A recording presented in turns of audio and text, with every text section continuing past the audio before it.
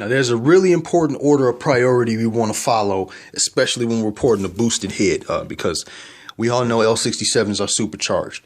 Most Grand Prix that make power, they're going to have some kind of boost behind them.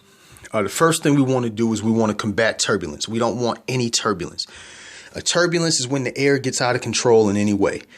We want to control the airflow. We want to shape, we want to contour, and we want to make sure that that air is being directed the way we want it directed. And that's going to help us combat turbulence. That's first and foremost. Second off, we want velocity. Okay, we're not hogging out these ports as big as we can. So many guys do that. Yeah, it's going to gain you something on the flow bench, but it's going to gain you nowhere near as much as you'll gain if you pay attention to velocity before volume and before hogging these ports out. Velocity is literally the speed at which the air travels through the head, and velocity is created through the exhaust runner by tulip here in the bowl, through the intake runner through tapering, and through all the rest of the parts of the heads through surface tuning. Okay, so velocity first. This is how important velocity is. Let's say here's an example. We got a 4-lane highway. The speed limit 60 miles an hour, right? So we get, you know, each car is 1 minute in distance away from the next car.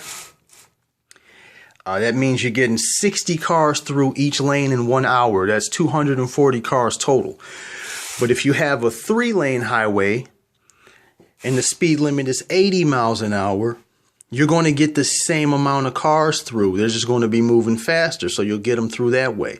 Well, that's what velocity is. You can get more air through with a tighter spot and a smaller highway to direct the air through.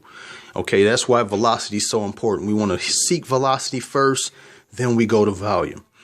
Now, volume, here's how you maximize volume. We'll use this exhaust port as an example.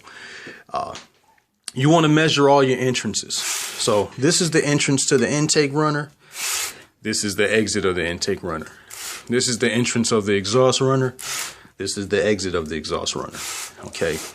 We want to measure our entrances. So for the exhaust, for example, we measure this entrance here through the bowl. The inner diameter of this bowl is 1.29 inches. I've already measured it with a gauge caliper.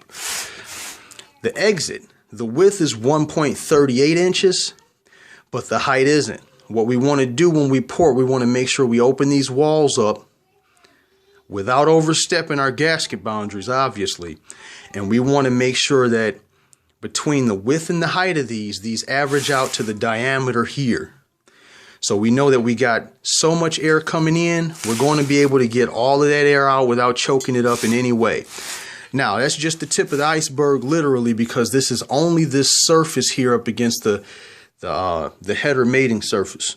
Okay, once we open it up here, we have to take it and open it up through this entire runner. All of these walls, the top wall, the side walls, even the short-term radius, all of that has to be opened up to accommodate. So that's how we're going to get our volume. So if we recap, we want to combat turbulence first. That's the first order of business, and that's the most important. Then we want to go after velocity, speed the air up as much as we can. That's going to keep it in a straight line. That's going to help us combat turbulence. It's going to keep the air cooler. Then we go for volume. That's when we start opening stuff up and hogging out ports.